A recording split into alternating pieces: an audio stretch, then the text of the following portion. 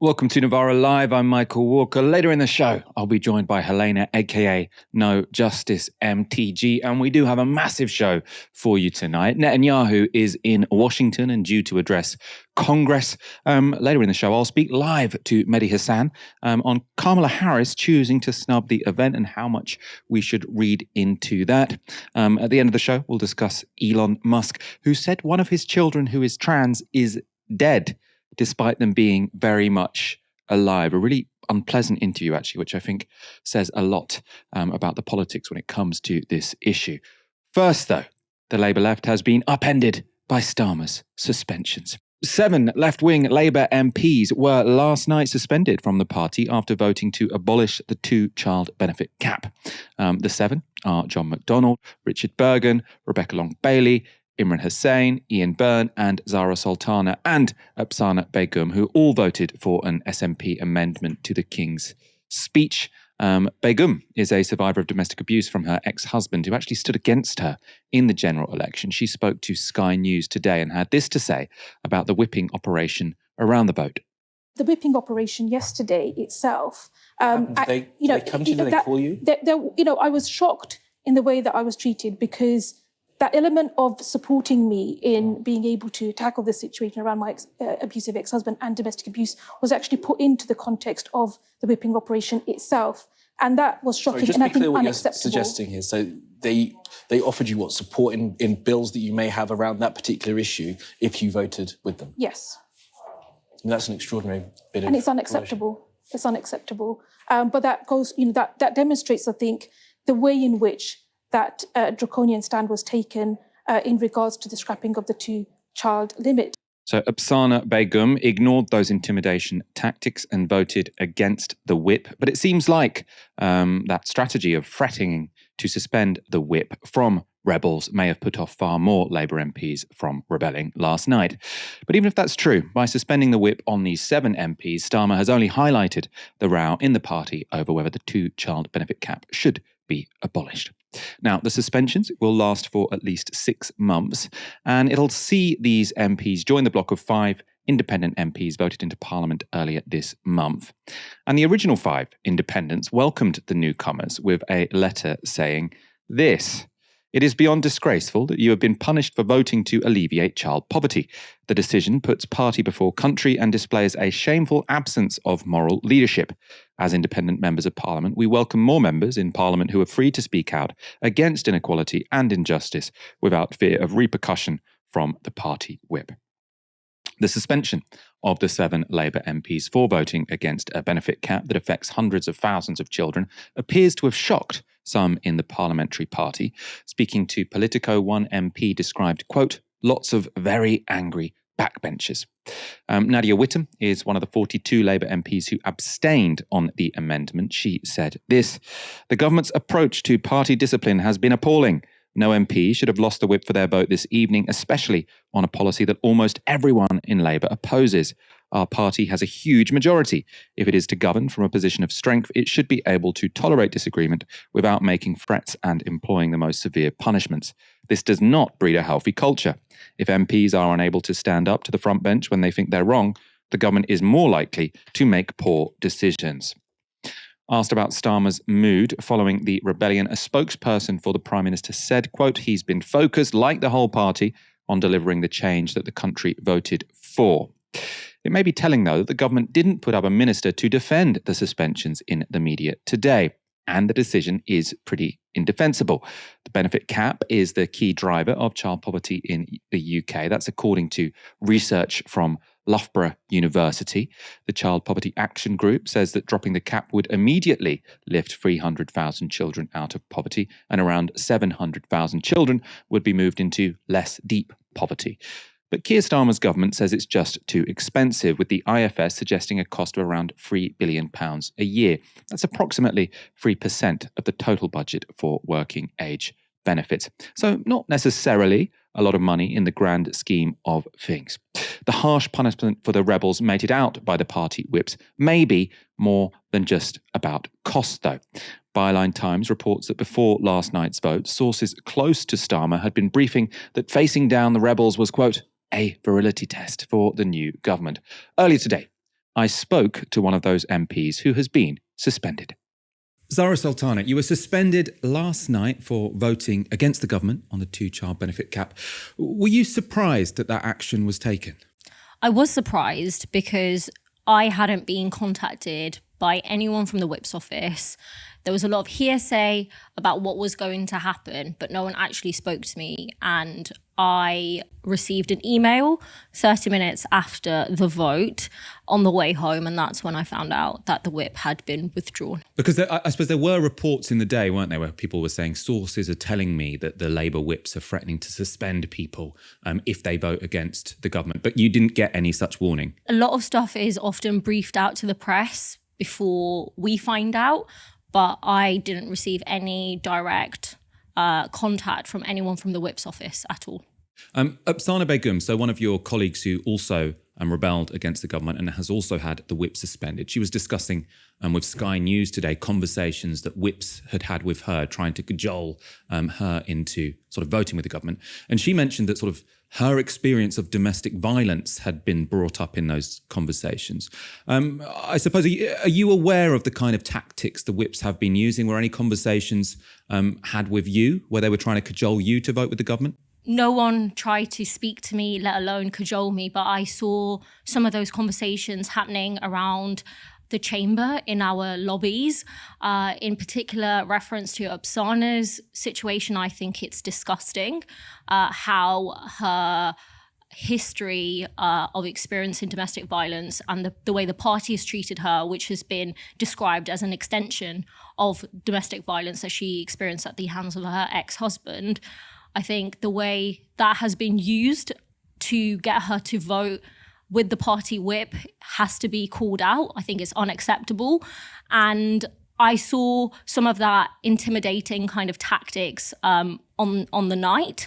And I send my solidarity to Upsana because that is an absolute... It's disgraceful, but it also means that there's no duty of care. It's all politics, and the person who is affected is completely dismissed and isn't seen as a human being with feelings, and especially with Upsana, what she's gone through. She deserves full support, and it shouldn't come on the basis of how she votes in the interest of her constituents. Yeah, I suppose just on that Upsana Begum issue, so there has been some confusion, I think, sort of in the reporting of this, what I've seen online and in interviews. Was it that they said, we'll support bills on domestic violence if you don't rebel, or was it say that we'll give you personal support? Sort of. My understanding was that she was told she would receive personal support from the party in dealing with the abuse that she has received and continues to receive, but on a wider issue in the way that the party treats women and women of colour in particular is shocking. In terms of what I experienced during the general election, I had a case with the police under Operation Bridger, which is related to MP security. I notified the party leadership about this, and I received no response in terms of checking in, saying that's really worrying, are you okay? And I thought that was quite shocking because when we talk about MP security, we have to take it seriously, and clearly that isn't something that is afforded to all of us. Secondly, when it comes to the way that the party whips have behaved, I've been trying to get a bigger office for 2 years now because I can't pray in my office. It's very small. I've sent emails, I've sent WhatsApps, I've spoken to people in person to chase up. No reply whatsoever. And in terms of the fact that in the last parliament, I was notified by parliament's authorities that I had received the most online abuse. No one has checked in. Is there anything that we can do from the party's leadership? And I just think that that also speaks volumes, but in particular with Upsana, the fact that that was weaponized, just grotesque in every possible way. And let's talk about the politics of the amendment that you rebelled on, say. So This is important because some people are trying to say that we voted against the King's Speech, which is completely not true. We voted for the King's Speech, and the amendment was simply to add on scrapping the two-child cap to the King's Speech. So that needs to be... So I suppose they would say, though, that a changed King's Speech is not their King's Speech. An improved King's Speech. So you'd call it an improved King. I suppose what they would say is they've just won a general election. They had a mandate. They put certain things in their manifesto, and they didn't put this in their manifesto. On that, the mandate is to deliver change, and you can immediately lift 330,000 children from poverty, avoidable poverty, if you choose to do so. On what we stood for, the manifesto says the party is committed to reviewing universal credit and will have an ambitious strategy to tackle child poverty. To tackle child poverty, you need to address the key driver of child poverty in the UK, which is the two-child benefit cap. Otherwise, you're tinkering around the edges. And I welcome the task force, but we already know the facts. The evidence is there. It's from think tanks, it's from charities, it's from trade unions, that the key driver of poverty, of child poverty in this country, is the two-child benefit cap. And you've been suspended for 6 months, after which point you're told there'll be a review as to whether or not you'll get the whip back. They've also said that while you don't have the Labour whip, you're still obliged to follow the Labour whip. Now, as far as sort of I can make sense of this, it seems like the whip has been withdrawn from you to basically have a sword hanging over your head to say you better not rebel in these 6 months or you're never going to get back into the party. Is that your understanding of what's going on here? What I understand is that a message has been sent out that if you have a difference of opinion, and I guess the irony is that this isn't a difference of opinion, the Parliamentary Labour Party support scrapping the two-child benefit cap. The Labour Party's membership support scrapping the two-child benefit cap. 11 of the Labour Party's trade unions that are affiliated support scrapping the two-child benefit cap, as well as the TUC, Gordon Brown, and Keir Starmer himself in his 2020 leadership bid. So there is consensus on this issue, and the difference is that there were the people that voted to scrap it wanting immediate action, and others who are making the case that it will happen at some point in the future. We don't know when. And to that, I would say is that this is about political choices ultimately, and it's about funding. And there is money for this. We are a very wealthy country, a deeply unequal country, but a wealthy country. And if we look at what has happened throughout the austerity program under the Tories, the wealthiest in this country have trebled their wealth. UK billionaires have wealth just shy of 700 billion. It's trebled. 1% of the population owns wealth, more wealth than 70% of the population. So you can fund this if you choose to have wealth taxes, like a 2% wealth tax on assets over 10 million. You could raise 24 billion. If you equalize capital gains with income rate threshold, you could raise 16 billion. So there's a decision being made there. There's a political choice being made there. Let's talk about the decisions that you're going to have to make and the political choices you're going to have to make now as an independent backbench MP, I suppose, for at least the next 6 months. Sort of as I suggested in the question, this to me seems like an attempt to make the costs of you rebelling again very high. And I suppose I'm wondering, how will you be thinking about votes in the next 6 months? Say, for example, something that you're very passionate about, an amendment on sending arms or suspending arms to Israel, comes up. And they say to you, well, if you rebel again while you're suspended, you're never going to get back into the party. How would you approach that kind of decision? It is never easy to defy the whip. None of us got elected thinking we were going to defy the whip. Every piece of legislation has to be treated on a case-by-case basis. The way I have treated my parliamentary career is by looking at what is being proposed and whether it harms the interests of my constituents or whether it is in their interest. And that is how I've proceeded in the past when I've defied the whip on anti-civil liberties legislation. And that is how I will proceed going forward, because at the end of the day, I'm accountable to my constituents who elected me. 10,000 children in my constituency are living in avoidable poverty. And I go back to Coventry and I speak to parents and I speak to teachers and I go and volunteer in the food bank.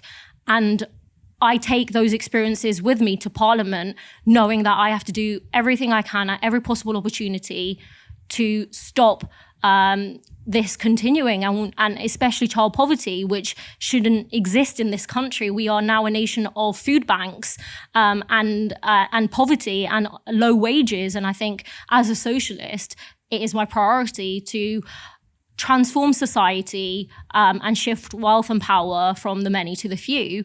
And so it's really important to use every opportunity to do that. So you're a socialist. Lots of our viewers will be socialists who think the time for the Labour Party is over. One, because sort of they see the way that Keir Starmer is behaving. Two, I suppose because one of the surprises of the general election result was that the Greens did well and independents to the left of Labour, especially on foreign policy, did well. Now, there'll be lots of those people looking at the events of the past 24 hours and saying, this would be a great opportunity for 7 MPs who've been pushed out of the party to say, you know what, we can do a better job outside of the Labour Party. Let's defect to the Greens, for example, or sort of form some kind of independent group with Jeremy Corbyn. Is that something you would consider? I joined the Labour Party as a 17-year-old who was really angry at the coalition government who tripled tuition fees and decimated our communities with austerity. I have been on the youth committee of Young Labour, the National Committee of Young Labour. I've been a community organiser for the Labour Party. And for me, the Labour Party is not perfect, but it is the closest party that aligns with my values around social justice and equality and internationalism. And as a party that was founded as the political wing of the Labour movement, founded by the trade unions, is important that we continue to reflect on its origins, what it means to be a Labour MP. And that is what I will continue to do. And I hope that the whip is restored. But until then, I will go through the process and I will continue to champion my principles and speak up about the issues that I care about. And there were some MPs who call themselves socialists who are very much opposed to the 2-child limit. Some of them even actually put forward amendments to say, let's drop the 2-child limit. And they came to a different decision to you in the lobby last night. So Kim Johnson, probably the most prominent because she put forward that amendment. They decided, for the sake of unity, or because they were scared of the whips, they were going to abstain instead of vote for the amendment as you did.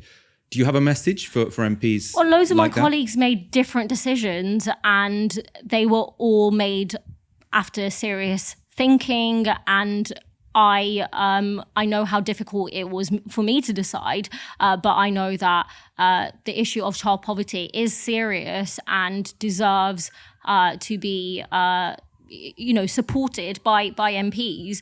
I'm hoping that MPs who didn't vote the way that I did are using other avenues and mechanisms to advocate for that position. But it's really important for me to make the argument to everyone that it's really important that we continue the pressure and vote if there is another opportunity to scrap the 2-child benefit cap. But I know it was a difficult decision. I mean, was there potentially a bit of a failure of coordination, I suppose? Because it was easier to kick you out, to suspend those whips, because there are only 7 of you. If there were 50 of you, it would have been hard. One thing that people aren't talking about is the fact that over 40 Labour MPs abstained. So there's obvious attention on the 7 of us that voted for the amendment, but no one's really talking about the others who abstained and what that might look like in the future. Finally, on Radio 4 this morning, you said the last 24 hours sort of seemed a bit like a virility test for people close to Keir Starmer. What did you mean by that? What I meant is that there is this macho culture within the party where child poverty is being treated like some virility test. And I think it is grotesque and offensive. This isn't about playing games. This isn't about Zone 2 dinner parties. This is about people's lives. And I'm in Parliament to try to make a difference. And therefore, it's really important that we treat these issues with the seriousness that they deserve. We're trying to alleviate poverty. We're not here to play factional games. So you think I suppose virility test sort of implies you think they're sort of proving their manhood by saying they're tough enough to keep kids in poverty. And using child poverty as a way of demonstrating that, which is sickening.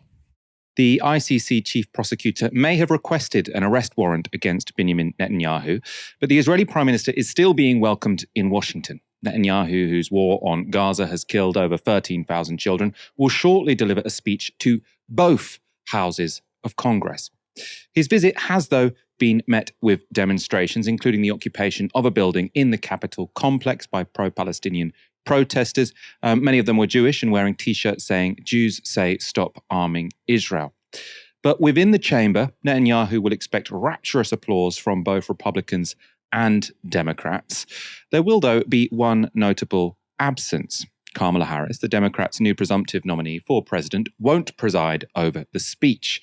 Vice presidents typically preside over joint addresses to Congress, but Harris is instead scheduled to be in Indianapolis on her presidential campaign.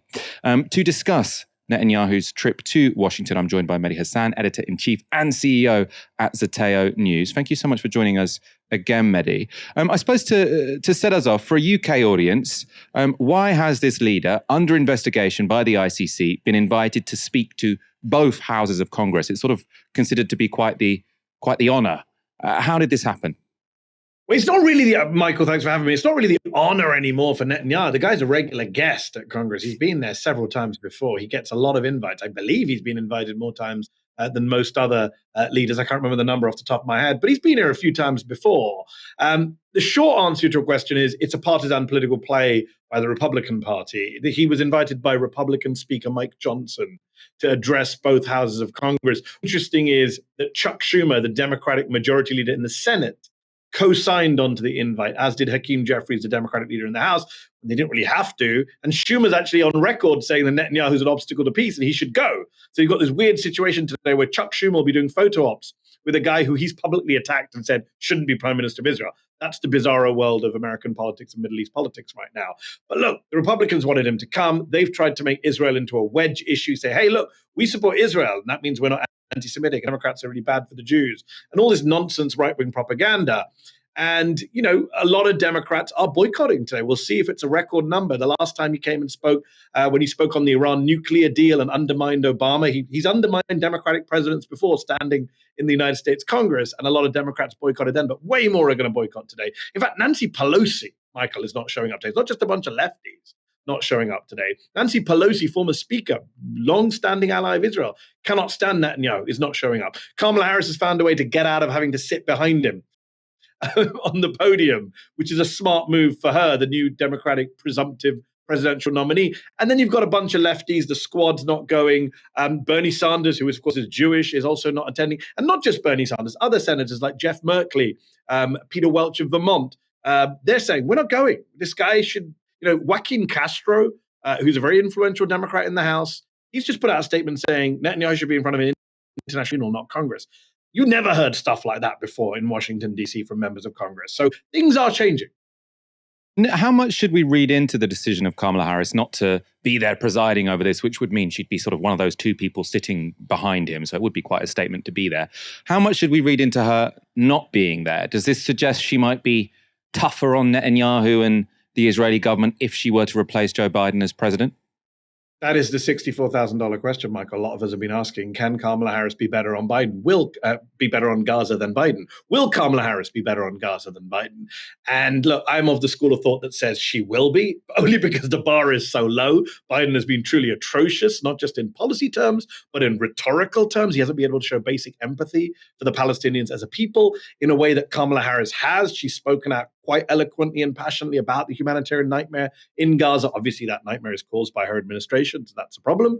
It is not helpful at all to her 3 months out from election, while the base is very anti-Netanyahu, to be seen sitting behind Benjamin Netanyahu as he lies about Gaza, as he defends war crimes in Gaza, and as he probably takes some digs at her administration, at her current boss, Joe Biden. So it's smart not to be there. We shouldn't overread into it. She is having a private meeting with Netanyahu. She's not going to come in and break relations with Benjamin Netanyahu or say, yes, send him to The Hague. Obviously not. Whether you are Democrat, Republican, whether you are moderate, center-right, center-left. In the longer term, as she actually runs for president, if she wins, is she going to come out and say, look, I'll be the first American president to pledge Palestinian statehood on my watch? That would be a big thing to announce. Whether she does it or not, let's see. I think she'll be marginally better than Biden. But as I say, the bar is so low, not something to celebrate. I mean, were she to sort of say something about Palestinian statehood, that would be very much not in line with her history on this topic. I mean, I was reading about this today. I'm obviously not an expert on Kamala Harris's political career. But as far as I understand it, when she was still a senator for California, she spoke to AIPAC And one of the things she said in the speech was this big sort of proud defense of her commitment to Israel by saying the first thing she did when she became a senator in California was to co-sponsor a bill which was condemning the United Nations Security Council for itself condemning the expansion of settlements in the West Bank. And for sort of historical context here, this was one of the very few UN Security Council resolutions that the United States didn't veto because Obama thought, you know what, Israel have gone far enough, I'm not going to protect them anymore. So in that sense, Kamala Harris was to the right of Obama, and very much proudly so. So he was also on his way out the door, Michael, for context. That was, I think, December 2016. He was lame duck president. He abstained. She was very new at the time, obviously. She'd been elected. Look, Senate careers are Senate careers. It's very different to be in the legislature, where you face much more pressure on this issue, than being in the executive. Things change. She's all over the place. And that's both a good thing and a bad thing, Michael. So, for example, when she ran for the Democratic president nomination in 2020, she was supporting Medicare for all, like universal healthcare, the Bernie Sanders position. She was supporting a Green New Deal. And she kind of trimmed back to the center when she was Biden's running mate. So, she's not an ideologue, and that's both a good thing and a bad thing. For the left, it might be, well, she doesn't believe in anything. That's not always a bad thing. If she doesn't believe anything strongly, that's someone who could be lobbied, persuaded. I don't think she's going to come out on Palestinian state or anything else because she suddenly sees the light, justice and peace. I think she's going to do it for one of two reasons. One is because she sees the electoral advantage of doing it. Right now, Joe Biden was on course to lose Michigan, partly because a lot of people in Michigan are Arab American, Muslim American, Black American, young American who don't like the administration's Gaza policy. So if she's smart, she'll do some kind of reset to try and get Michigan back in play. And separately, people who have interviewed her say, just from a human point of view, as a woman of color, as someone who doesn't have Biden's history on this issue, when she's seen the humanitarian situation in Gaza, she's actually been outraged. Joan Walsh of The Nation did a big profile piece on Kamala Harris that's just come out today. I spoke to Joan on Sunday night when the news broke, and she made the point when she spoke to Kamala Harris during her profile, following her around for a few weeks. Kamala Harris was saying, and she's someone who cooks, so she was saying, the Israelis are allowing in flour. Well, flour don't do shit.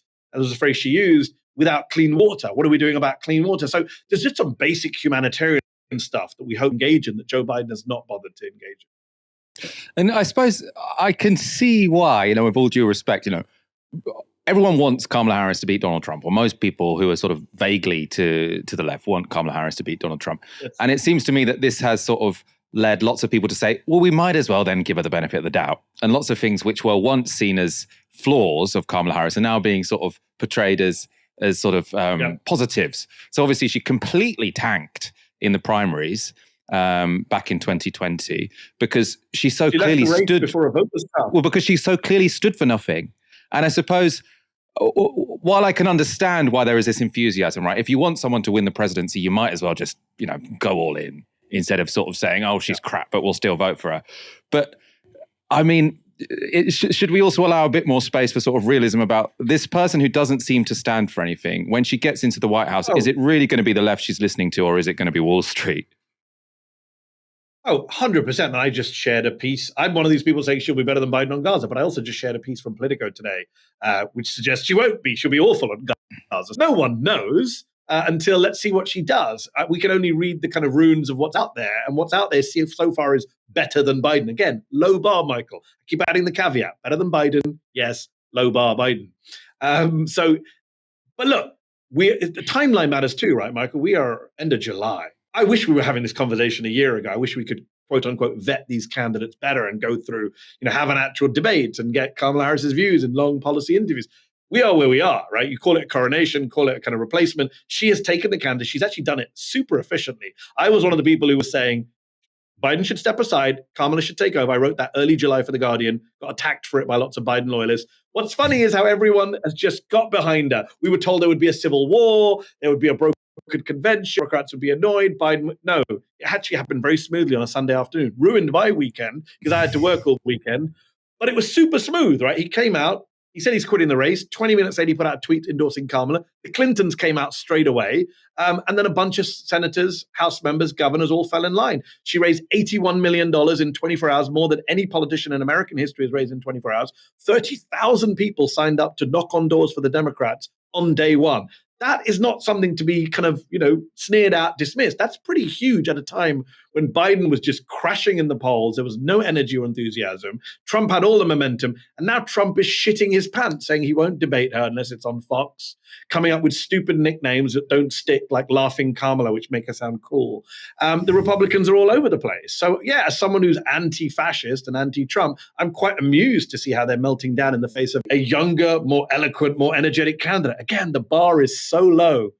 Yeah, I mean, the way that she sort of has entered the race, I think, has played to her strengths, because basically one of the, she's young and relatively articulate. So sort of if she had been up against other relatively articulate people who actually believed in stuff, maybe it would have been difficult. But she's clearly younger than Joe Biden. And the biggest problem everyone had with Joe Biden was that he was very, very old.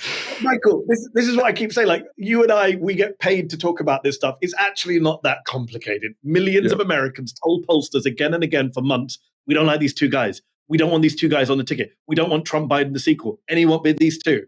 And neither party listened. And funnily enough, Michael, Nikki Haley, former Republican rival of Trump, who's now bent the knee like everyone else, she said a few months ago, a great quote. She said, whichever party looks at the polls and gets rid of that old guy at the top of the ticket will win. Great prediction. I hope she's right. But that's all you needed to do was slightly just nudge Biden off the scene. And suddenly you get all these Americans going, wow, we get a choice. Here's a statistic for viewers in the UK. There has not been a presidential election since the mid-1970s that did not have a Bush, Clinton, or Biden on the ticket. That's insane.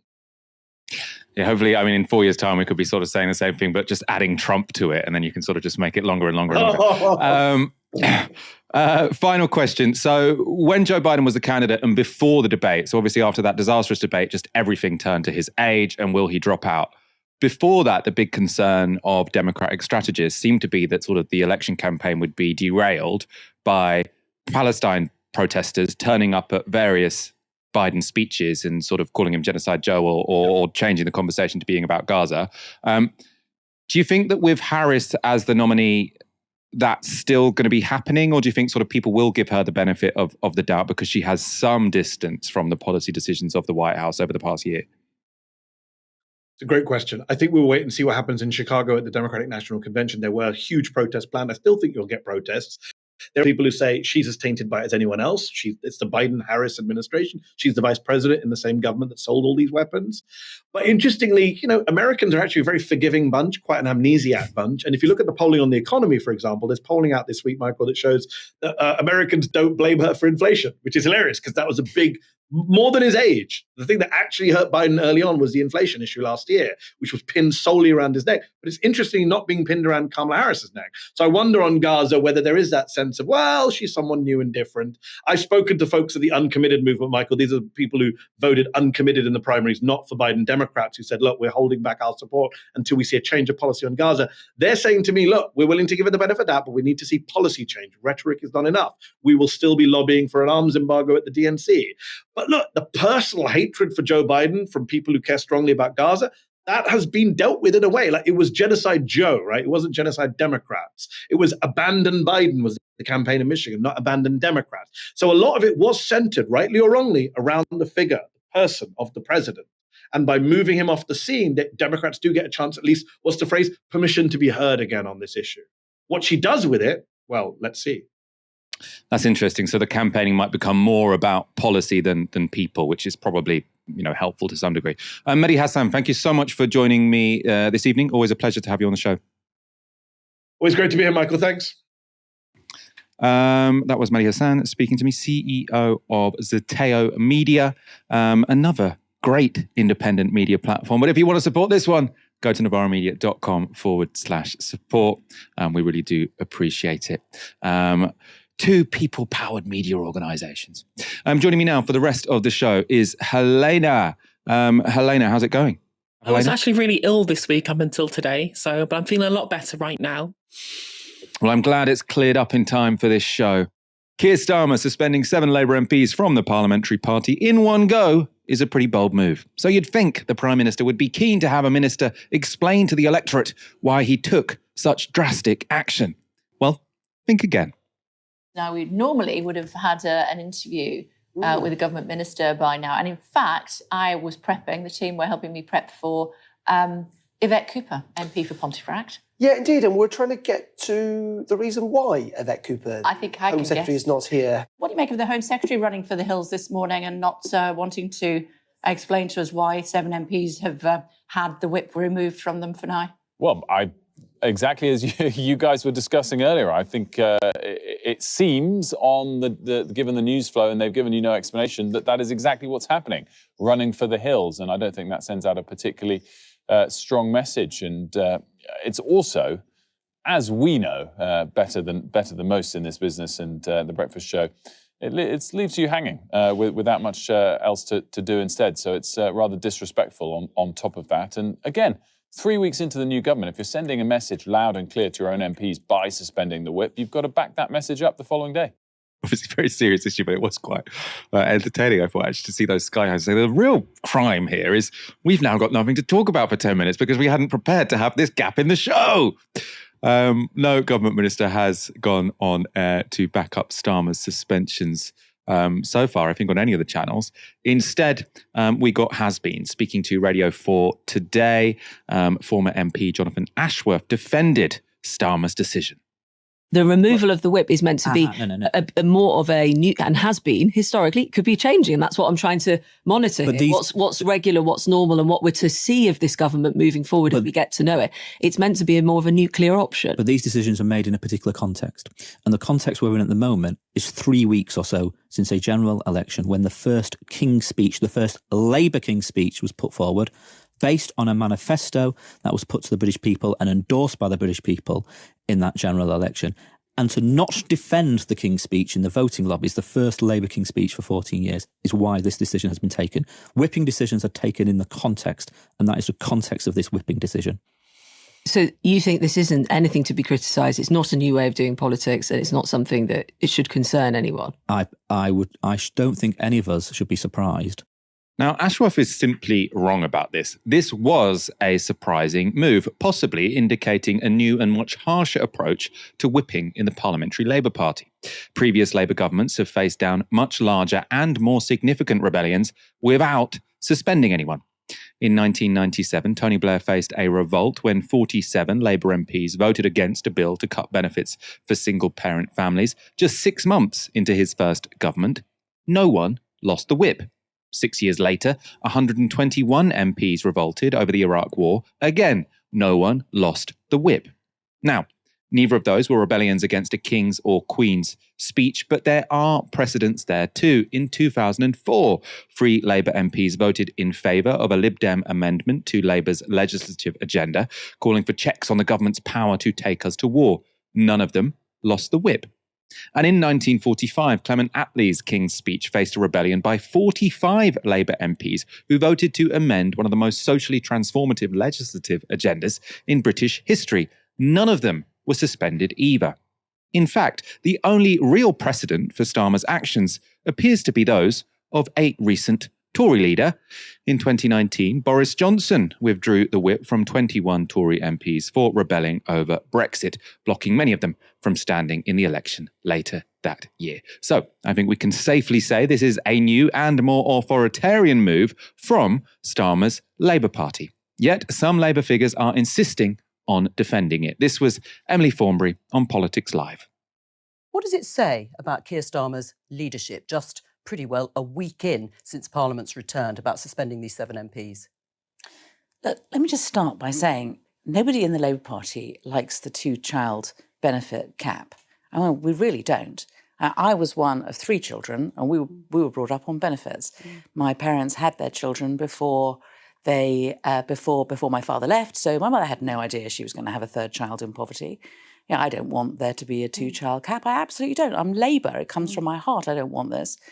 But we have just had a general election where we have been completely clear that there is a really we have the highest taxation levels that we've ever had. We have a huge debt burden. Okay. And any spending that we're going to we have to show where the money comes from. We were absolutely clear during a general election that we had this specific debate, I remember, in the Clause 5. So those 7 MPs shouldn't have rebelled. So we've just had a general election. There was a clear platform. And then, within 2 weeks, is it 2 weeks we've been in government? They're voting against the King's speech, the first speech where Labour is setting out its platform, and they decide that although they've just been elected on that platform, they're going to rebel. So, we've got lots and lots of new MPs. It has to be clear what the rules are. And I think the whips are putting down a marker.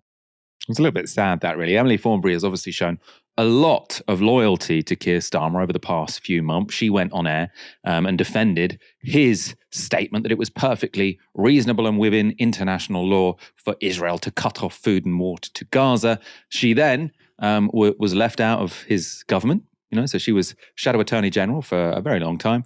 They enter government. She's on the backbenches. Still, though, she's out to defend Keir Starmer. I think she wants to be chair of a select committee, so maybe this is to get brownie points for that.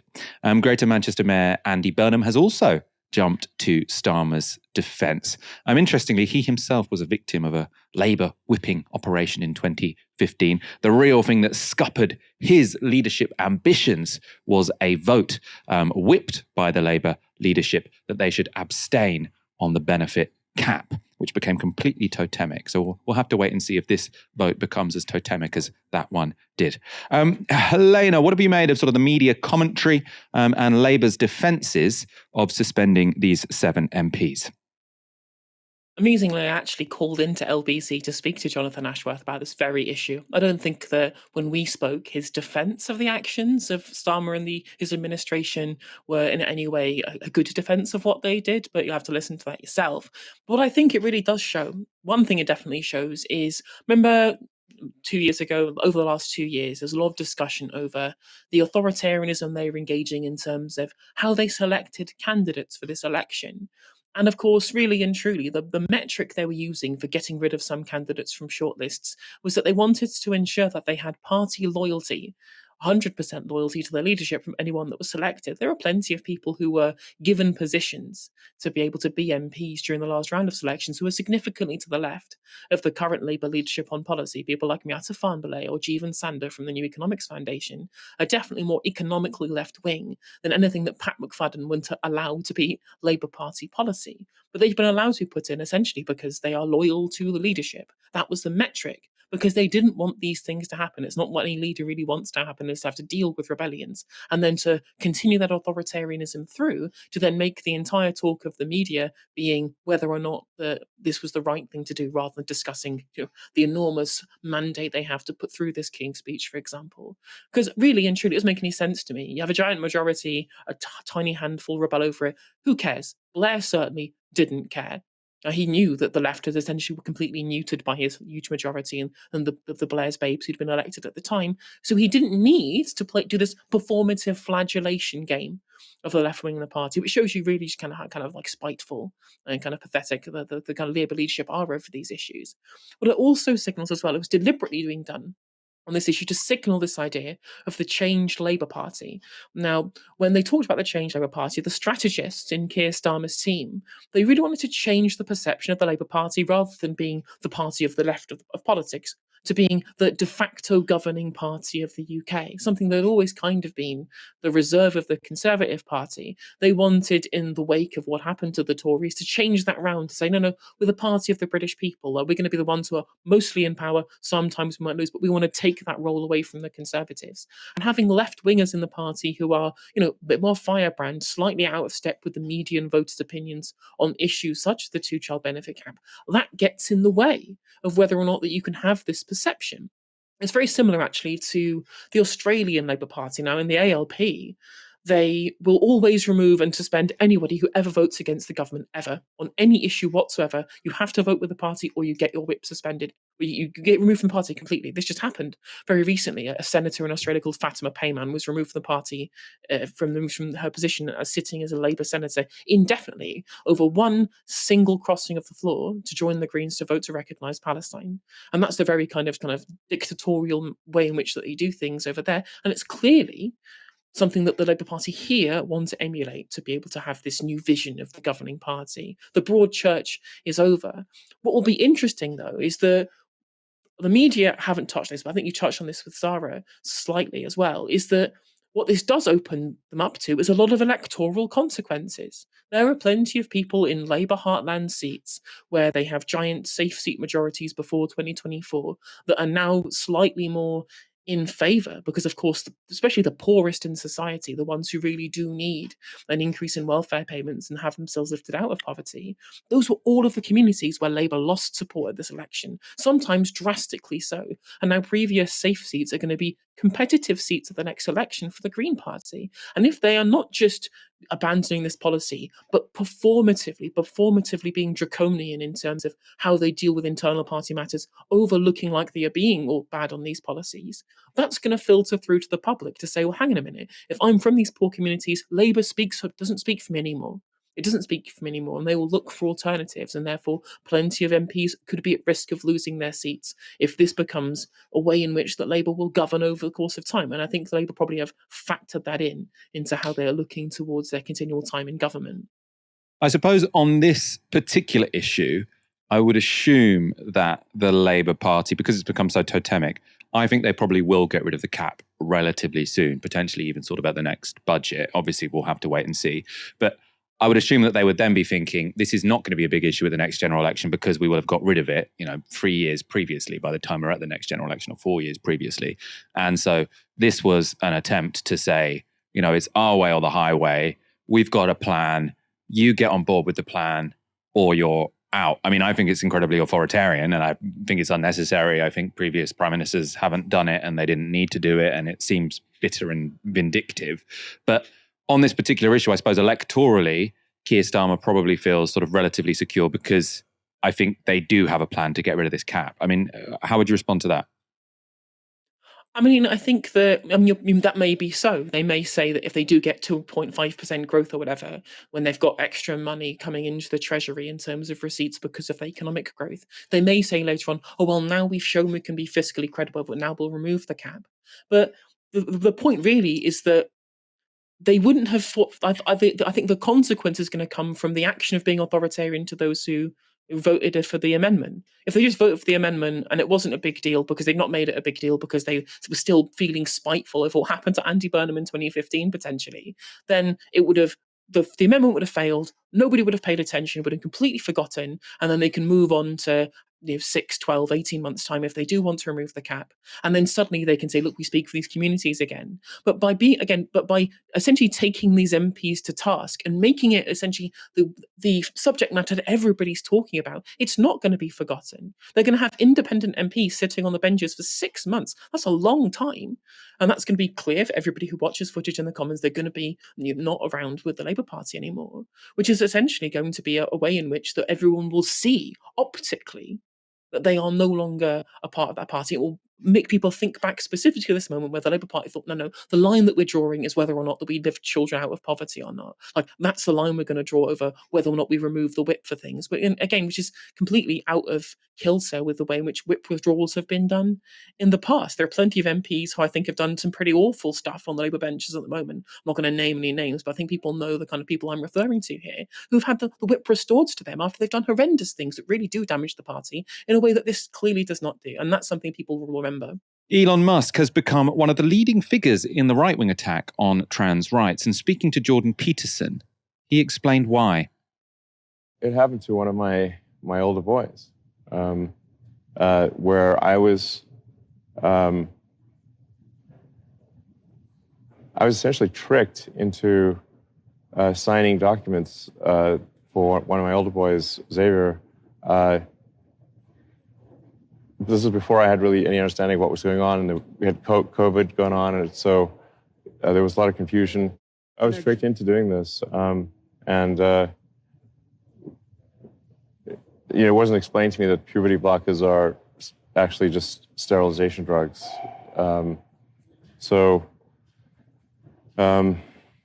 Anyway, and so I lost my son essentially. They call it dead naming for a reason. Yeah, all right. So the reason it's called dead naming is because your son is dead. So my son Xavier is dead, killed by the woke mind virus. I'm sorry to hear that. Yeah. I can't imagine what that would be like. Yeah. Now, it's important to be clear here. Elon Musk's child is not dead. She's a 20-year-old who has changed her name to Vivian Jenner Wilson. By all accounts, seems to be living a happy life. Elon Musk is referring to her as dead. Now, obviously, that's not where the word dead naming comes from. It's the name which is dead, not the person. Helena, watching that, I mean, whatever you think about puberty blockers, and I haven't, we've discussed it on the show with various experts. The idea that you can, in public, speak to the world, to millions of people, and say such a thing about your child who is going to see that clip, I just think is psychopathic.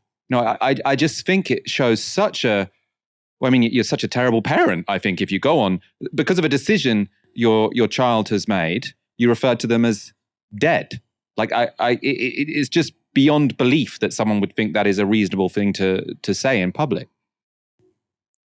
I mean, it's actually very frequent that these kind of things happen. Parents will, someone their child will come out as transgender, for example, and they've always, had this perception of their child as being the child of the gender that they were born as, and all of the memories that they have of that child, and say, well, if they're not going to exist in that, in that way moving forward, then I guess it feels like a part of them has died. Lots of parents get over that very easily, but it's clear in Elon Musk's case, he hasn't got over it at all, and I think that it's really changed him as a person. And we think we've seen this before. The one kind of way in this is manifested a lot in terms of the discourse around trans people specifically, is this idea of rapid onset gender dysphoria. It's a nonsense term essentially that's been made up to say that a bunch of people are just coming out transgender with no prior knowledge as to why they would do. Nothing was to tell, just to signify to anybody that they were trans before this moment, and then they've suddenly been quote unquote infected by the woke mind virus, and they've come out as trans because it's like the word they use is social contagion. People have used this in the Commons as well. They've described it as a social contagion. It's very similar to the ways in which the people from the far right of politics have described how gay people do that to society as well in the 80s, for example. And when they feel like this has been lost to you, it's been stolen from you and taken away by people who you believe have medicalized them unnecessarily, or people who have influenced them outside, they do genuinely feel like that something has been lost. They have lost something forever. And I'm like, well, the person is still the same person that they are. They are living in a kind of a different gender at this point. And I think it really comes through into the way in which he kind of essentially has changed his perception. Him talk about it being the woke mind virus. I hate to talk about it to Twitter again, but the way in which he has changed how the rules around misgendering on Twitter. He's even described the word cisgender to be flagged as hate speech on Twitter. Now, that's just a scientific term to prevent people who aren't transgender. But it's clear that something has hurt him so much that he genuinely believes this idea that there's some kind of outside force that's changed everybody else, rather than it being some kind of latent expression of someone being trans. Maybe he wasn't paying attention. It's a very busy man. People cannot pay attention to somebody who is expressing gender dysphoria or the signs of gender dysphoria before then. And if you buy into the kind of conspiracy theories that Elon Musk and the people who support him do, it's very easy to be able to say, well, the doctor's been bought out by the trans lobby. That's a word that's been used in the British papers a lot about trans people, that all of these medical associations that support the use of puberty blockers or don't oppose it, or support gender affirming care, or like the affirmative model that was pushed back on in the Cass Review, for example. They say, well, these have been caught up by some outside force. This is why people have been suing Stonewall, for example, saying, well, loads of the institutions have been captured by gender ideology. And if you genuinely feel like there is this fifth column that's taken your child away from you, that can make you do and say things that you wouldn't otherwise have done. Like Elon Musk wasn't this, he was a bit kooky, but he was never this kind of viscerally engaged in kind of conspiracy theory posting in terms of what he does. I mean, this man has essentially become addicted to social media, and he does it to post conspiracy theories like George Soros style stuff as well. And I think that his inability to come to terms with the fact that his child is transgender is something that is a really large part of why that he's turned into somebody who is a real kind of spokesperson for far right politics, and that's very dangerous. Yeah, and I think just to speak about it in that way publicly just proves he's a terrible, terrible father. Like, I can understand. I mean, I think if you're a parent and your kid is trans, you should get very quickly used to your kid being trans and welcome them in whatever identity they want to sort of express themselves as. But I can imagine how for some parents it might be confusing, it might be distressing in some way.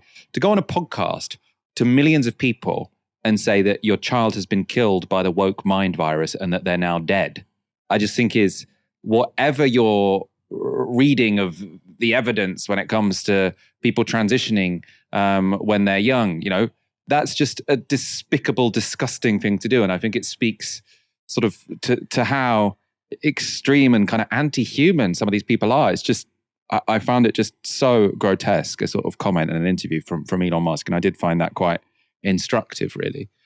Thank you, Helena, for joining me tonight. It's been a pleasure having you on, as always. It is absolutely a pleasure to be here, as always. Thank you very much. I appreciate it. And thank you for watching this evening. Come back tomorrow for another live stream from 6 p.m. For now, you've been watching Novara Media. Good night.